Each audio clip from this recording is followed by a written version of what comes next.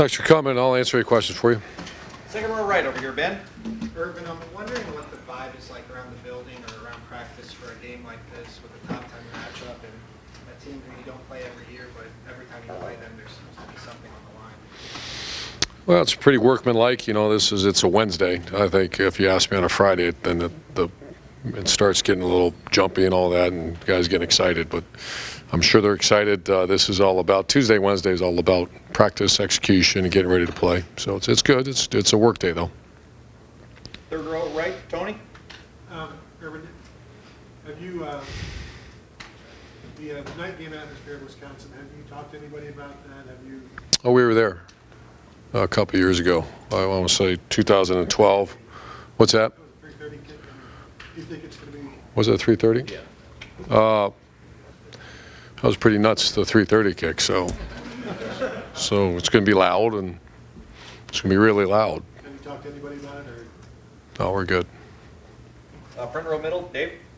I know you guys probably want to mix things up as far as tempo offensively. Do you feel like your offense is at its best when you guys go up tempo?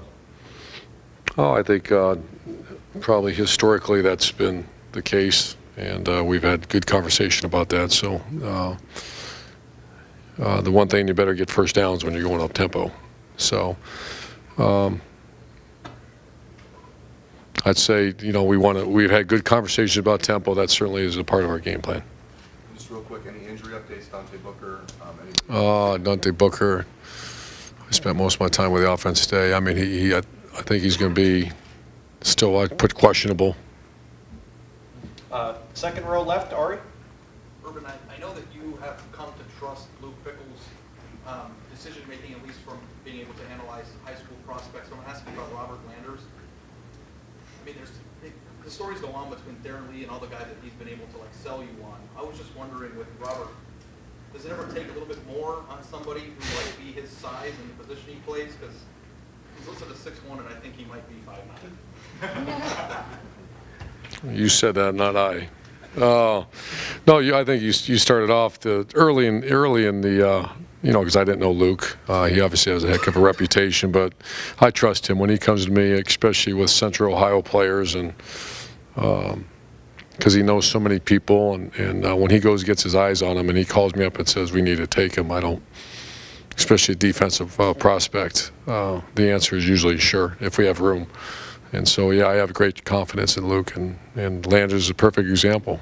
How's he able? I know that the leverage discussion and how he can get lower and stuff. Are you ever surprised every single time he's on the field this year? It feels like that kid's making plays, and for his size and position plays. Oh, he's a quick twitch, go hard guy, you know. And like you said, yeah, it's hard to get up underneath those squatty body defensive linemen, and he's athletic. Second row left, Bill. Urban, I wanted to ask you about the push sweep play you guys run that seemed to be a major part of the offense maybe 2 years ago, and I think you only run it once or twice this year where you actually throw it maybe one other time where you hand it off. Is that just sort of maybe natural evolution of your offense that's not as much the key, or do you have different plays you like more now to get the ball to the edge? Yeah, defenses have kind of worked hard to stop that play or, you know, put a dent in it. So that's something we actually had conversation about today as well. But defense has worked real hard. I think you see across the country, that was kind of the rage for a while, and it's kind of slowed down a little bit. And then with Dante, he's been questionable or probable for the last 5 weeks. Is that Yeah. injury worse than you anticipated it was going to be? Yeah, but it was worse than I thought when I was first told. But it's a sprained PCL as well as an MCL injury, so it's a tough injury. But he's close. The good thing is he's coming back, you know, and we don't put him in harm's way until they're ready to go. Front row right here, Bill. 2 years ago, when we played these guys in the Big Ten championship game, it was obviously propelled you into what happened, and it had an effect on them too. How big was that game or that season, just your program in general? It seems like 10 years ago. What game? It was great. We actually watched it the other day, and just because it's very similar defense, and I mean, I think just for our players and this incredible history of the program, that's forever on the wall somewhere around here. And but that really has nothing to do with this one. But it was obviously it was a historic moment. I mean, let's say you won that game 24-10 or something. You don't get in the playoff. You have a good year, obviously. Is the program in a different place than it was? Oh, Bill, I don't know. I'm just trying to beat Wisconsin, man. I don't. Philosophical questions on Wednesday of Wisconsin week. Front row right, Tim? No philosophy. Corey Smith, what's his status? Corey Smith has a wrist injury, and he won't play this week, and he didn't play last week, so we're just trying to get him back. From what you've seen practice for 2 days now, what I guess makes you feel positive or better about the passing game? What have you seen over the last 2 days? Good players work hard, and the quarterback working really hard at it, and receivers, so just practice. Typical when something's not working at the level you want it to work at, when you have good players and guys working. Front row right, Austin?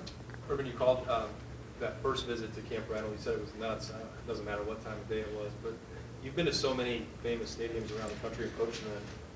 Do you have a feel for kind of how that one measures up to some others? Oh, yeah, I think it's one of the great environments. I always heard about it, and obviously to witness it and see it, I think, especially the student, the stadium, I just remember to my right, where like real loud. And then to the left was open, if I remember right. And I remember the overtime that they did a good job. They said, let's go play down there. And we did. We found a way to win the game, but I think it's a great environment. Certainly a top 5, top 6 environment in the country. This is way off topic, but I asked you about a month ago about Tim Tebow trying to make that transition to baseball. He said don't count him out. Now he's in the Arizona Fall League. I'm just wondering if you were able to keep tabs on him at all. And I know you have so much to do in football, but it seems like it's something that you might be keeping tabs on somehow. Oh, sure. I love Tim, and so I, as much as I can, and just pulling for him, but obviously real busy.